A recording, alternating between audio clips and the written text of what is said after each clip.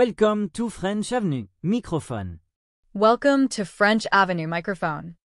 Bienvenue dans l'épisode 9 de notre podcast éducatif sur French Avenue, la chaîne dédiée à tous ceux qui apprennent le français avec passion, 2 à 2 jusqu'à C2. Aujourd'hui, nous abordons un thème universel et fondamental dans tout apprentissage linguistique, les erreurs. Dans cet épisode, Monsieur John Miller partage son expérience personnelle et ses stratégies concrètes pour gérer les erreurs linguistiques avec confiance, sérénité et intelligence. En compagnie de Madame Emily Davis, ils explorent ensemble des sujets essentiels. Pourquoi faire des fautes est une étape normale, utile et même nécessaire dans le processus d'apprentissage. Comment transformer ces erreurs en levier de progression plutôt qu'en obstacle. Les meilleures méthodes pour gérer la peur de parler, même lorsqu'on n'est pas certain de bien s'exprimer. L'importance de créer ou de rejoindre une communauté bienveillante d'apprenants pour favoriser les échanges sans jugement. Et bien plus encore. À travers des questions pertinentes et des réponses riches, cet épisode offre aux apprenants une vision rassurante, pratique et motivante. Que vous soyez débutant ou avancé, vous découvrirez des outils puissants pour continuer à progresser sans être paralysé par la peur de l'erreur. Ce podcast est entièrement conçu pour vous aider à parler mieux, avec plus d'assurance, plus de naturel et plus de plaisir. Si cette vidéo vous aide à mieux comprendre comment gérer vos erreurs en français, likez la vidéo, abonnez-vous à la chaîne French Avenue et activez la cloche pour ne rien manquer des prochains épisodes. Partagez votre expérience dans les commentaires. Avez-vous déjà eu honte de faire une erreur en parlant français? Comment réagissez-vous face à vos fautes? Quelle méthode utilisez-vous pour vous améliorer? Nous lisons chaque commentaire avec attention, et vos retours aident toute notre communauté à avancer ensemble. Dans le corps de la vidéo et en transcription, intégrez régulièrement des expressions comme faire des fautes en parlant français, parler sans peur en français, progresser malgré ses erreurs. Conseils pour apprenants de français à 2B1, B2, C1, C2. Gérer le stress de l'expression orale. Ces expressions aident YouTube à identifier le thème principal de votre contenu et à le recommander à davantage d'apprenants de français dans le monde entier.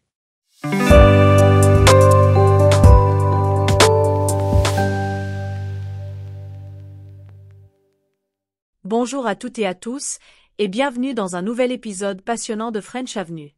Je suis Emily Davis, votre hôte, et je suis ravie de vous retrouver pour ce 9e épisode qui s'annonce extrêmement enrichissant. Et je suis John Miller, toujours très heureux de participer à cette aventure avec vous. Aujourd'hui, nous allons parler d'un thème fondamental dans le processus d'apprentissage, surtout quand on apprend une langue étrangère, la gestion des erreurs. Exactement, John. Faire des erreurs est une étape incontournable et essentielle dans tout apprentissage.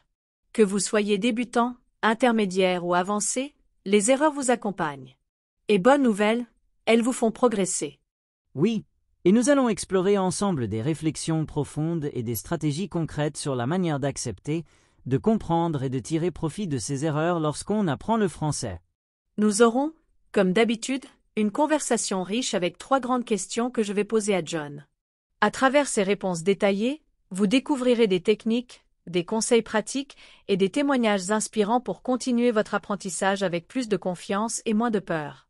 Nous espérons que cet épisode vous aidera à voir les erreurs non plus comme des obstacles, mais comme des tremplins vers la maîtrise du français.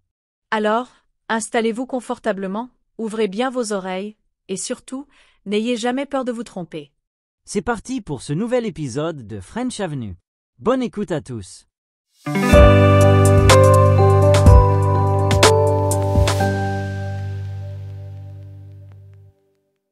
John, beaucoup d'apprenants de français, quel que soit leur niveau, ont une peur constante de faire des erreurs lorsqu'ils parlent. Cette peur les bloque, les rend silencieux, et parfois même les pousse à abandonner. Pourquoi, selon toi, les erreurs provoquent-elles autant d'angoisse chez les apprenants, et que peuvent-ils faire pour surmonter cette peur initiale qui les empêche de s'exprimer librement? C'est une excellente question, Emily, et je crois que cette peur est universelle. Pour répondre, permettez-moi de structurer ma réflexion en 3 parties. D'abord la source de cette peur, ensuite ses effets, et enfin les solutions pratiques.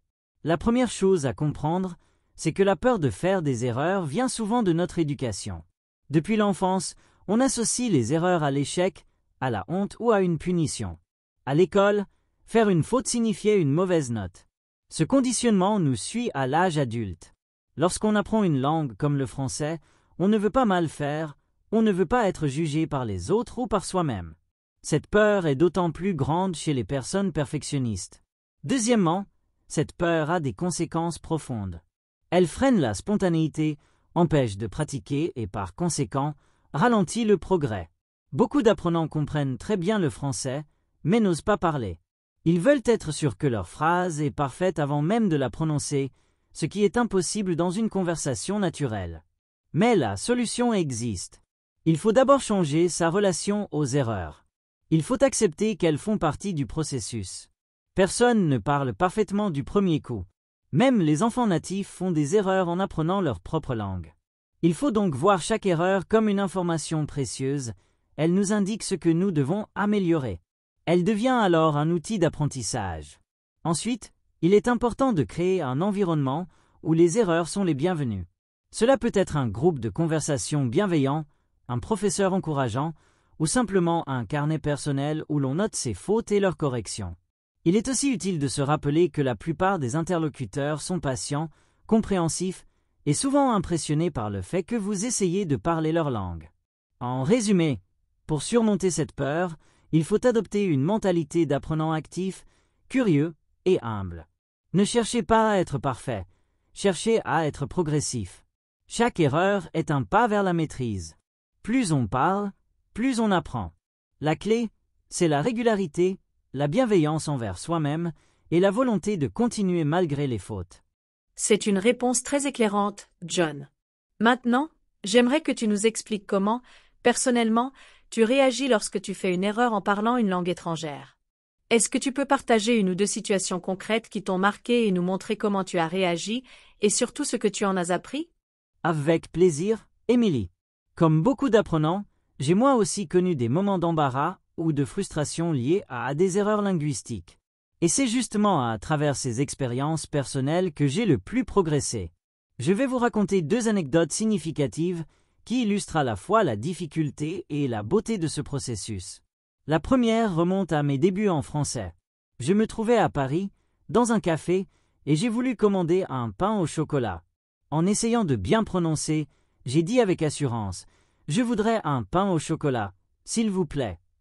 Le serveur m'a regardé avec un sourire et m'a répondu gentiment « Un pain au chocolat, bien sûr, mais attention, vous avez prononcé le mot « pain » comme « pain », l'arbre ».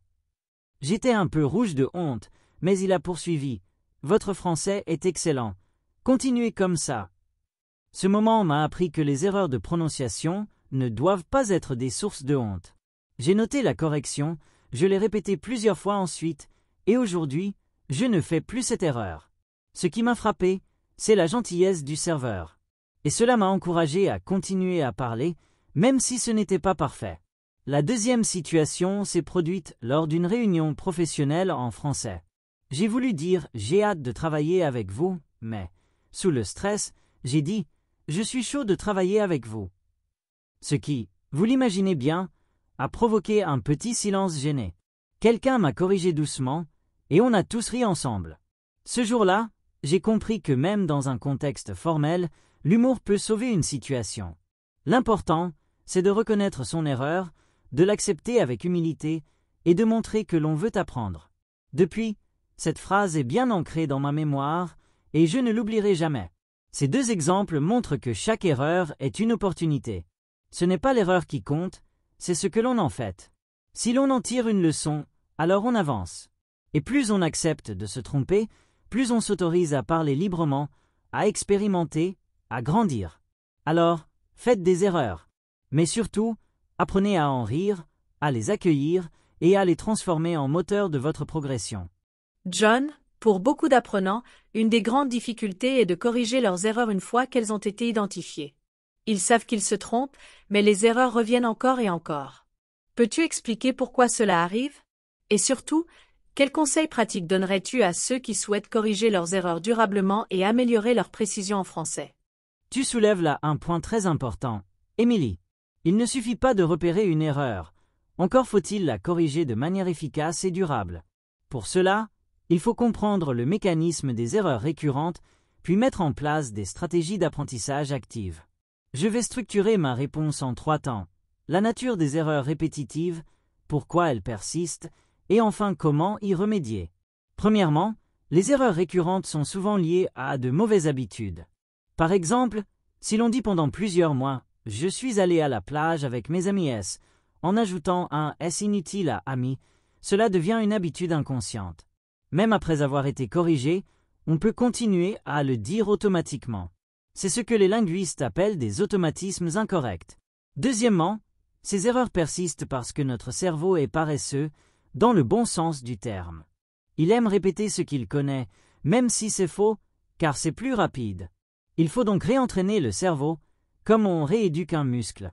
Et cela ne peut se faire qu'avec de la répétition, de l'attention et du temps. Troisièmement, pour corriger durablement une erreur, il faut passer par 4 étapes.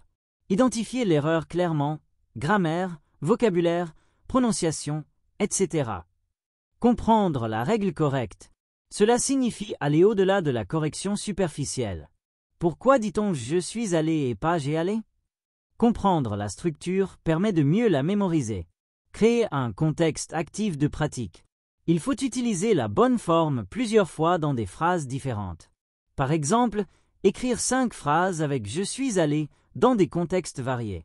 Automatiser la correction par des exercices ciblés, à l'oral comme à l'écrit, puis intégrer cette vigilance dans la vie quotidienne. Cela peut passer par la lecture, l'écoute de dialogue, la répétition à voix haute ou encore les dictées. Un excellent outil est aussi le carnet d'erreurs personnelles. Chaque fois qu'on fait une faute, on la note, on corrige, puis on écrit 1 ou 2 phrases correctes en contexte. Cela transforme l'erreur en apprentissage actif. Enfin, il faut de la patience. Une erreur qui s'est installée depuis des mois ne disparaîtra pas en un jour. Mais avec persévérance, concentration et pratique consciente, on peut petit à petit la remplacer par la forme correcte. L'important est de rester motivé, de ne pas se décourager et de célébrer chaque progrès, même petit. Merci beaucoup pour cette réponse très structurée, John. Pour conclure, j'aimerais que tu partages ta vision plus large de l'erreur dans la vie quotidienne, au-delà de l'apprentissage des langues. Penses-tu que savoir gérer les erreurs en général peut aussi nous aider à mieux apprendre le français et à devenir plus serein dans d'autres domaines de notre vie? C'est une très belle question pour clôturer notre échange, Émilie.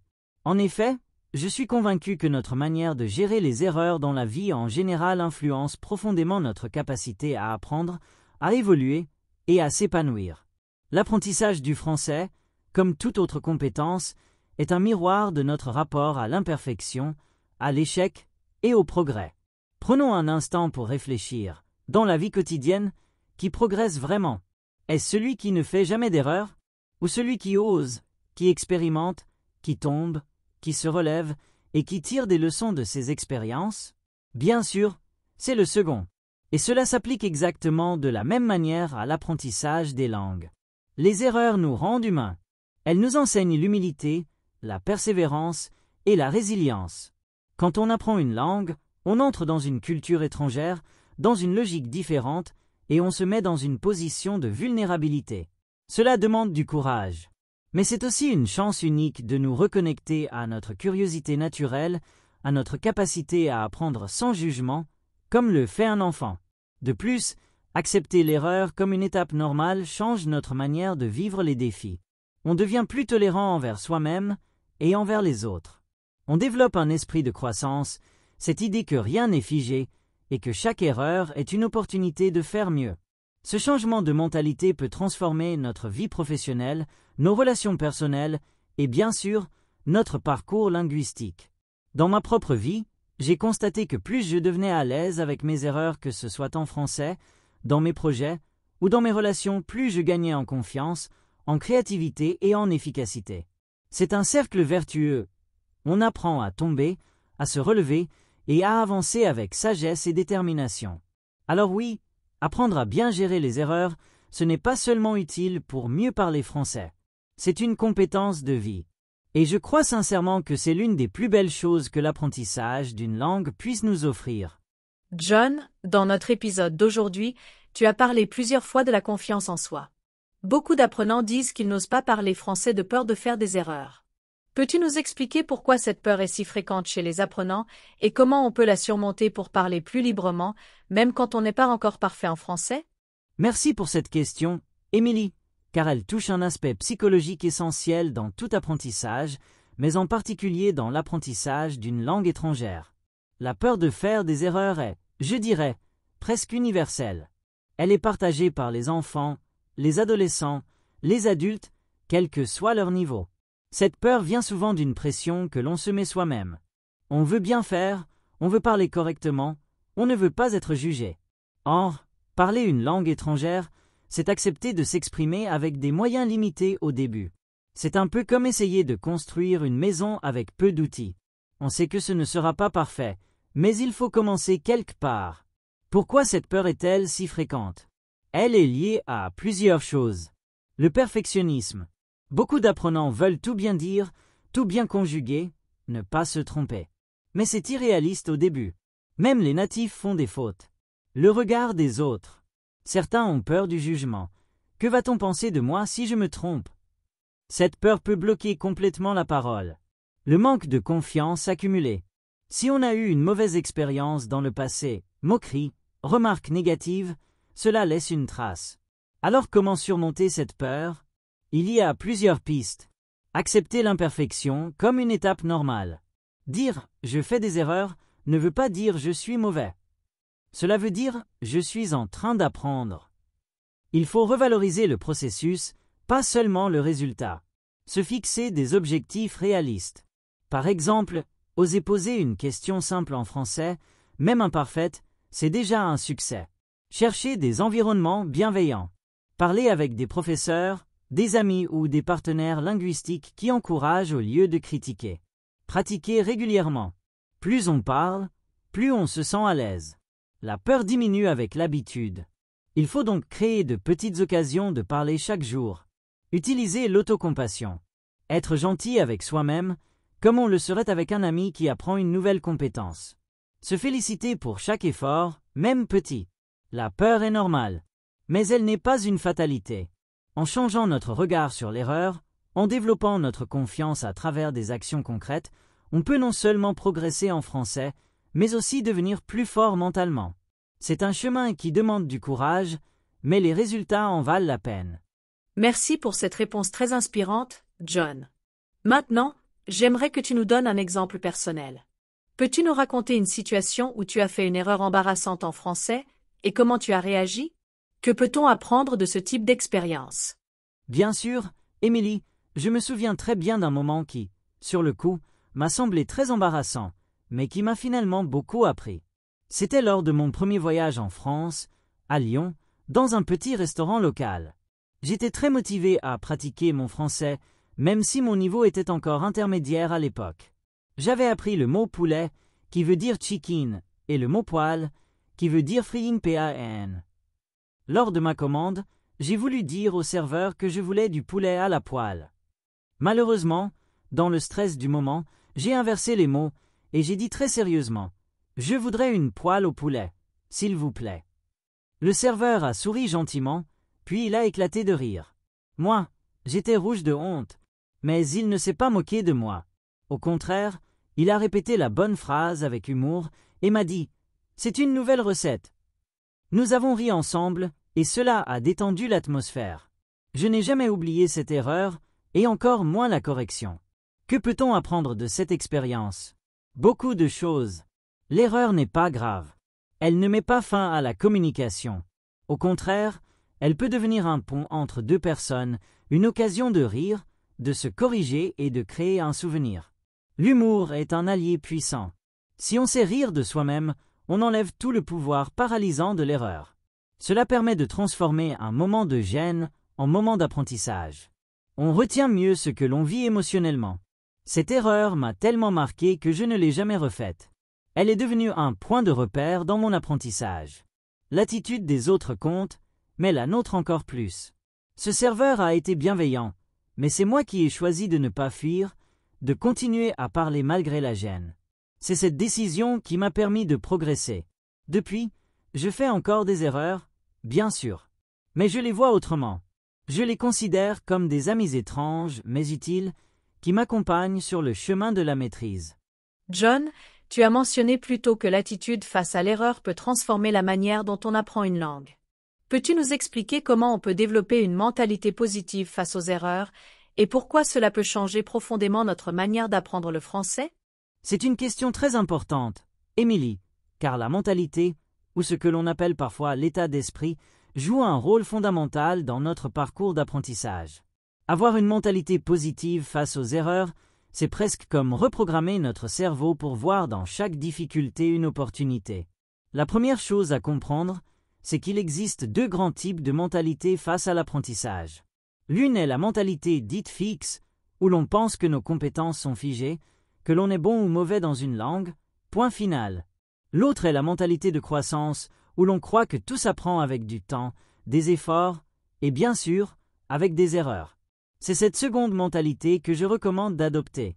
Voici quelques moyens très concrets pour développer cette mentalité positive face aux erreurs. Changer de vocabulaire intérieur. Au lieu de penser « j'ai échoué », pensez « j'ai appris ». Ce simple changement de mot transforme l'expérience. Pratiquez la gratitude envers l'erreur. Cela peut paraître étrange, mais chaque erreur est une chance de voir ce qui ne fonctionne pas encore. C'est un signal, pas une condamnation. Tenir un journal d'apprentissage. Écrire chaque jour ce qu'on a appris, y compris les erreurs qu'on a faites et les leçons tirées, aide à prendre du recul. Célébrer les progrès, même petits. Si vous avez osé parler à quelqu'un en français aujourd'hui, même avec des fautes, c'est une victoire. Il faut apprendre à se féliciter pour les efforts, pas seulement pour les résultats. Écouter des témoignages. Lire ou entendre des expériences d'autres apprenants permet de normaliser l'erreur. On se rend compte que l'on n'est pas seul. Adopter une mentalité de croissance face aux erreurs change profondément l'expérience d'apprentissage. Au lieu de vivre la langue comme un examen permanent, on la vit comme une exploration. Chaque faute devient une pierre sur laquelle on peut poser un pied de plus. On se libère de la peur, on gagne en liberté, en plaisir et, paradoxalement, on progresse plus vite. John, tu as beaucoup insisté sur l'importance de la pratique régulière pour progresser malgré les erreurs. Mais comment peut-on organiser une routine quotidienne ou hebdomadaire efficace pour intégrer cette pratique de manière naturelle, sans que cela devienne une obligation pesante? Très bonne question, Émilie, car beaucoup de personnes commencent avec beaucoup d'enthousiasme, puis abandonnent après quelques semaines car la motivation diminue ou la routine devient trop lourde. La clé, selon moi, c'est d'intégrer la langue à sa vie quotidienne de façon fluide, naturelle et même agréable. Voici une méthode en plusieurs étapes pour construire une routine efficace mais légère. Évaluer son temps disponible. Il ne sert à rien de vouloir étudier 2 heures par jour si l'on n'a que 15 minutes. Il vaut mieux une routine courte mais régulière qu'un effort intense et irrégulier. Choisir des activités variées. Un bon apprentissage comprend la lecture, l'écoute, l'expression orale et l'écriture. Il faut alterner les activités pour ne pas se lasser. Par exemple, écouter un podcast le lundi, écrire un petit texte le mardi, regarder une vidéo le mercredi, parler avec un partenaire le jeudi, etc. Utiliser les temps morts. Les moments comme les trajets en transport, la cuisine ou la marche peuvent devenir des opportunités d'apprentissage. On peut écouter un livre audio en français pendant qu'on fait la vaisselle, par exemple. Intégrer la langue à ses intérêts. Si vous aimez la cuisine, regardez des recettes en français. Si vous aimez la musique, apprenez des paroles de chansons francophones. L'apprentissage devient alors un plaisir et non une contrainte. Créer des habitudes fixes. Comme pour le sport ou la méditation, le cerveau aime les habitudes. Par exemple, chaque matin, 10 minutes de lecture en français avec un café. Cela devient un rituel. Se fixer des mini-objectifs. Par exemple, apprendre 5 mots par jour, écrire 3 phrases, ou poser une question en français à un ami. Ces petits défis motivent. Enfin, il est essentiel de rester flexible. Si un jour on n'a pas le temps, ce n'est pas grave. L'important, c'est de reprendre dès que possible. La constance l'emporte toujours sur l'intensité. Une routine bien pensée ne doit jamais être une charge, mais une opportunité quotidienne de se rapprocher de ses objectifs. Avec cette méthode, on transforme l'apprentissage du français en un compagnon de vie discret mais constant. Et avec le temps, on prend goût à cette présence quotidienne de la langue, même si les erreurs font partie du chemin. John, certaines personnes disent que faire des erreurs à l'oral est plus difficile à gérer qu'à l'écrit, surtout parce que cela se passe en temps réel et qu'il n'y a pas de possibilité de revenir en arrière. Que conseillerais-tu aux apprenants qui ressentent de la pression ou de la honte quand ils parlent en français et qu'ils font des fautes devant d'autres? Émilie, Tu abordes là un point très sensible et très réel pour beaucoup d'apprenants. L'expression orale, parce qu'elle est spontanée, immédiate et surtout publique, peut en effet générer beaucoup de stress. L'idée de parler devant quelqu'un et de faire une faute déclenche souvent la peur d'être jugé, corrigé, voire ridiculisé. C'est une peur humaine, mais elle est surmontable avec une approche adaptée. La première chose que je souhaite dire à ceux qui vivent cela, c'est ceci. Faire des erreurs à l'oral est non seulement normal, mais essentiel. Les enfants natifs font eux aussi des fautes lorsqu'ils apprennent leur langue maternelle. Et pourtant, personne ne les interrompt sans arrêt. On les laisse parler, on les encourage, et c'est ainsi qu'ils progressent. Il faut adopter cette même indulgence envers soi-même. Voici quelques conseils concrets pour gérer cette pression et parler avec plus de sérénité. Choisir des interlocuteurs bienveillants. Il est essentiel de pratiquer avec des personnes patientes qui comprennent le processus d'apprentissage. Cela peut être un professeur, un ami francophone ou un autre apprenant. Utilisez des phrases de secours. Par exemple, « Je cherche mes mots ». Comment dit-on ? « Je ne suis pas sûr, mais… » Ces expressions permettent de continuer à parler même en cas d'hésitation. Pratiquez la respiration. Avant de parler, prendre une inspiration lente et profonde peut aider à calmer le stress. Le corps influence le mental. S'enregistrer. Parler seul, enregistrer sa voix, puis écouter est un excellent moyen de progresser sans la pression du regard des autres. Cela développe aussi la conscience de ses erreurs. Se concentrer sur la communication, pas sur la perfection. Le but premier de la langue est de transmettre un message. Si votre interlocuteur comprend ce que vous voulez dire, vous avez réussi, même avec des fautes. Avec le temps, chaque expérience de parole devient plus fluide, plus naturelle. La confiance vient petit à petit, comme un muscle qu'on entraîne. Et surtout, il faut se rappeler que les erreurs orales ne définissent pas notre valeur, elles sont des étapes vers notre réussite. John, parlons maintenant de l'environnement d'apprentissage. Est-ce que le fait d'être entouré d'une communauté d'apprenants ou de locuteurs natifs peut aider à mieux gérer les erreurs ? Comment créer ou rejoindre un tel environnement pour maximiser les chances de progresser en français ? Absolument, Émilie. L'environnement joue un rôle déterminant dans la manière dont on apprend et dont on réagit face aux erreurs. Être entouré de personnes qui partagent notre objectif, qui nous comprennent, qui nous soutiennent, peut faire toute la différence entre abandonner et persévérer. Lorsque l'on apprend seul, les erreurs peuvent sembler écrasantes. On doute, on se critique, on se compare. En revanche, dans une communauté, l'erreur devient un phénomène partagé, un sujet de discussion, un moteur de progression collective. Voici pourquoi une communauté est si précieuse et comment en faire partie. Motivation collective. Voir d'autres personnes apprendre, faire des fautes, s'encourager mutuellement donne de l'élan. On se sent moins seul. Retour constructif. Dans une communauté bienveillante, les corrections ne sont pas des jugements, mais des aides pour s'améliorer. Cela change complètement la perception de l'erreur. Partage de ressources. On découvre des méthodes, des outils, des astuces que l'on n'aurait pas trouvées seul. Échange réel. Parler avec d'autres, même en ligne, permet de s'exercer dans des contextes variés et d'apprendre à réagir sur le vif. Inspiration et modèle. Voir d'autres personnes progresser malgré les difficultés donne de l'espoir. Cela montre que c'est possible. Pour créer ou rejoindre une telle communauté, plusieurs options s'offrent à vous. Les groupes Facebook ou Discord pour apprenants de français. Il y en a des dizaines, organisés par niveau, par pays ou par intérêt spécifique. Les tandems linguistiques. On échange avec quelqu'un qui apprend votre langue maternelle et vous apprenez le français en retour. Les clubs de conversation en ligne. Ils sont souvent gratuits et permettent de pratiquer régulièrement avec d'autres apprenants. Les cours collectifs. Même en ligne, ils offrent un sentiment d'appartenance et des échanges précieux. Les réseaux sociaux. Instagram, YouTube ou TikTok offrent de plus en plus de communautés de professeurs et d'apprenants qui partagent du contenu éducatif et motivant. Finalement, il s'agit de s'entourer de personnes qui vous élèvent, pas qui vous jugent. Dans un bon environnement, l'erreur n'est plus une source de honte, mais une invitation à grandir ensemble. Et cela, Émilie, transforme non seulement notre français, mais aussi notre rapport à nous-mêmes.